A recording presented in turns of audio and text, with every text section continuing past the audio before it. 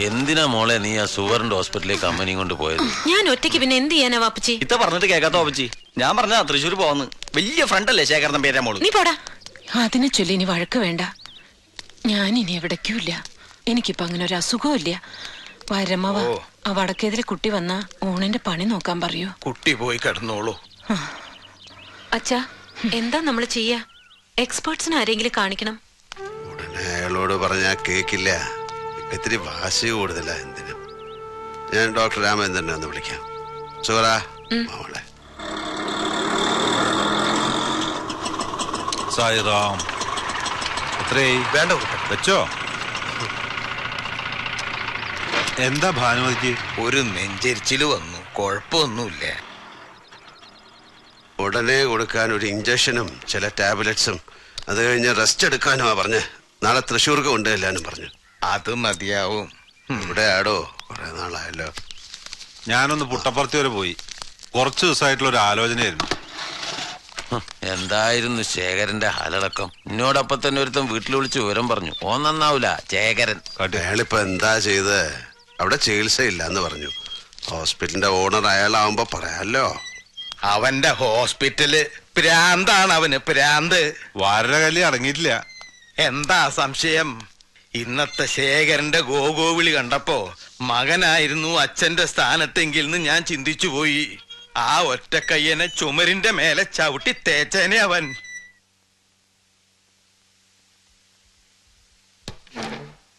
ഞാൻ ഡോക്ടറോട് സംസാരിച്ചേ.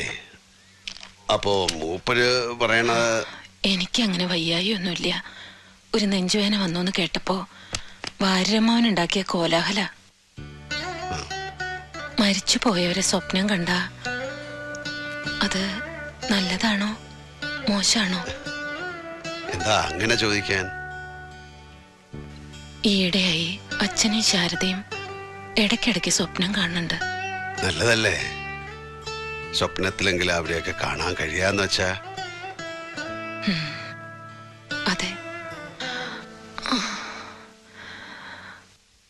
എന്താ അവന്റെ വർത്തമാനം? എത്ര ദിവസമായി കുട്ടി ഇങ്ങോട്ടൊന്ന് വന്നിട്ട്? ഒന്ന് അന്വേഷിക്കോ? ഓ, അന്വേഷിക്കാലോ. എത്രയും വേഗം വരാൻ പറയുകയും ചെയ്യാം. പോരെ? അവനോട് ദേഷ്യമൊന്നുമില്ലല്ലോ? എന്തിനാ ഇപ്പൊ ദേഷ്യം? തനിക്കിഷ്ടമുള്ള വഴിക്ക് മക്കള് നടന്നു കാണാൻ രക്ഷിതാക്കൾ ആഗ്രഹിക്കും. അത് സാധിക്കണമെന്നില്ല. എനിക്കൊട്ടും പാടില്ല അത്തരം ആഗ്രഹങ്ങൾ. അമ്മയുടെ ആഗ്രഹം പോലൊരു മകനാകാൻ അവരുടെ മരണം വരെ കഴിയാത്തവനാണ് ഞാൻ. അയാള് പഴയ നീലകണ്ഠന്റെ അത്ര വഷളനൊന്നും അല്ലടോ. പഠിത്തം ഡിഗ്രി കൊണ്ട് നിർത്തി പണി ഏതെന്ന് നോക്കാതെ പണം ഉണ്ടാക്കാൻ ഇറങ്ങി തിരിച്ചു. അതെനിക്ക് ഇത്തിരി പ്രയാസം ഉണ്ടാക്കി എന്നുള്ള സത്യ. അത്രേ ഉള്ളൂ. ഈശ്വരന്മാരെ, എന്റെ കുട്ടിക്ക് ആപത്തൊന്നും വരുത്താതെ നോക്കിക്കൊള്ളണേ. അയാൾക്ക് എന്താ ആപത്ത് വരാൻ? ഭാര്യര് പറയും പോലെ ഇത് അയാളുടെ കാലമല്ലേ. കാർത്തികേയൻ മുതലാളിയുടെ കാലം. ഹലോ അബ്ദുള്ള. ആ മോനെ, ഞാനിപ്പോ കാർത്തികേയൻ മുതലാളിയുടെ വീട്ടിൽ നിന്ന് തന്നെയാ വിളിക്കുന്നത്. ഇതുവരെ ഇവിടെ എത്തിയിട്ടില്ല. നീ മദ്രാസ് ഓഫീസിൽ വിളിച്ച് മെസ്സേജ് കൊടുക്ക്. അവിടെ എത്താതിരിക്കില്ല. ആ മൊബൈലും ട്രൈ ചെയ്. തറവാട്ടിൽ നിന്ന് ആൾ അന്വേഷിച്ചു വന്നിരുന്നു. അമ്മയ്ക്ക് മൂപ്പര് അത്യാവശ്യമായിട്ട് കാണണമെന്ന് പറഞ്ഞു. ശരി മോനെ, ഞാൻ ഈ നമ്പറിൽ തന്നെ വെയിറ്റ് ചെയ്യാം. ഓക്കെ. പുറത്തൊരാളിരിക്കുന്നു. സാറിനെ തിരക്കി വന്നതാ. ആരാ? അറിയത്തില്ല. പ്രായമുള്ള ഒരാളാ. വെയിറ്റ് ചെയ്യാൻ പറഞ്ഞു. അകത്തെ ചുമലില് ഫോട്ടോയിലുള്ള ആളാണോ എന്ന്. എന്റെ മാതാവേ,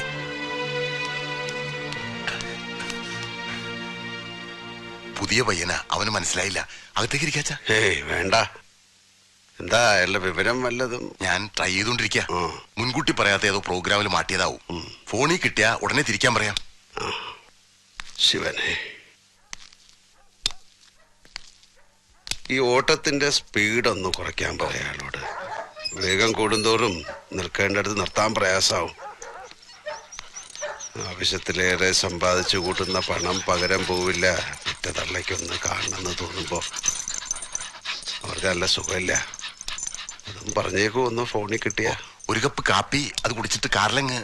വേണ്ട, നടന്നെത്താവുന്ന ദൂരല്ലേ ഉള്ളൂ, നടന്നോളാം.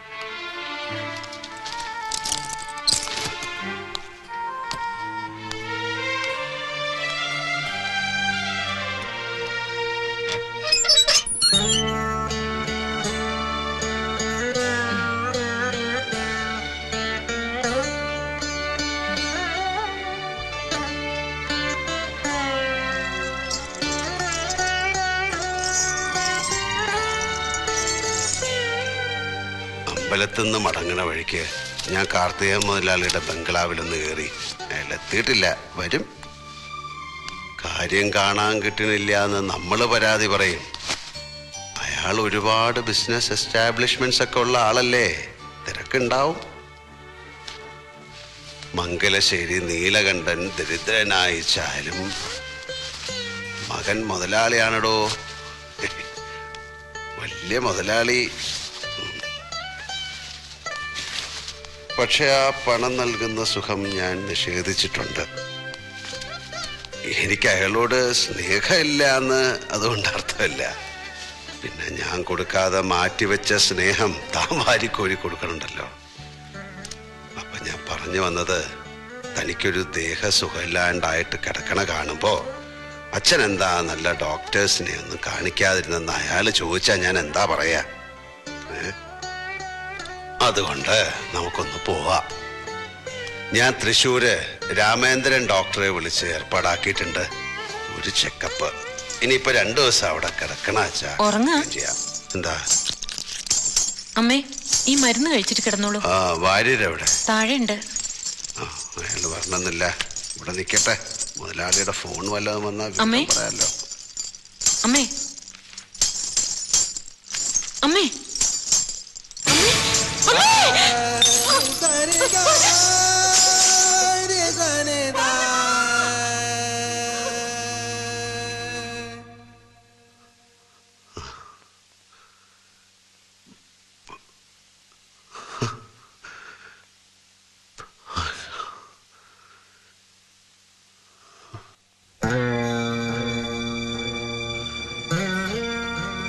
ഭാനു, എന്തായി ചെയ്തത്? എന്നെ വിട്ട് പൊയ്ക്കളഞ്ഞ താൻ. ഇക്കഴിഞ്ഞ കാലം മുഴുവൻ കണ്ണിമ ചിമ്മാതെ എനിക്ക് കൂട്ടിരുന്ന താൻ ഒരു വാക്ക് പോലും പറയാതെ പൊയ്ക്കളഞ്ഞല്ലോ.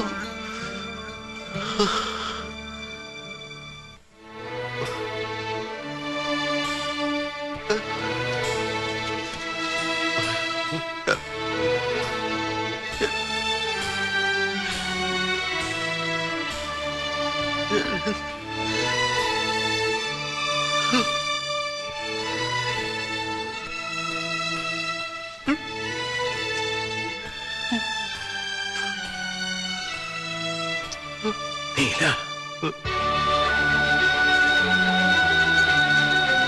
പോയടോ വരെ, എന്റെ പ്രാണം പോയി. താന്ന് വിളിച്ചു നോക്കണോ, ഒന്നുറക്കം വിളിച്ചു നോക്കണോ. എന്റെ ചങ്ക തീർന്നു. ശബ്ദം ശബ്ദം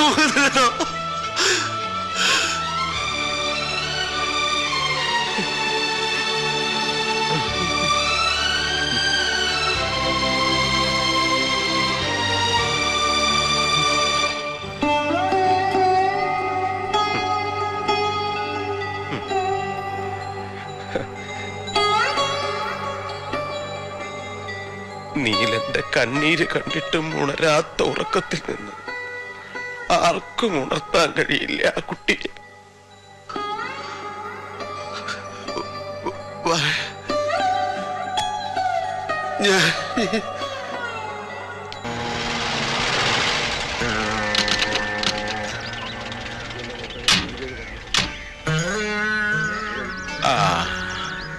നീല ശിവദാസന MLA, നമ്മുടെ കുഞ്ഞനന്ദന്റെ മോൻ.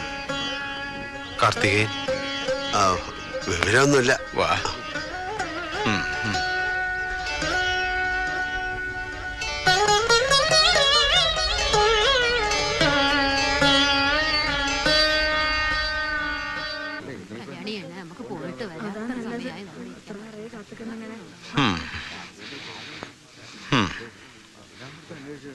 നീല, നേരത്തോട് നേരായി മോന്റെ വിവരമൊന്നും കിട്ടിയിട്ടില്ല.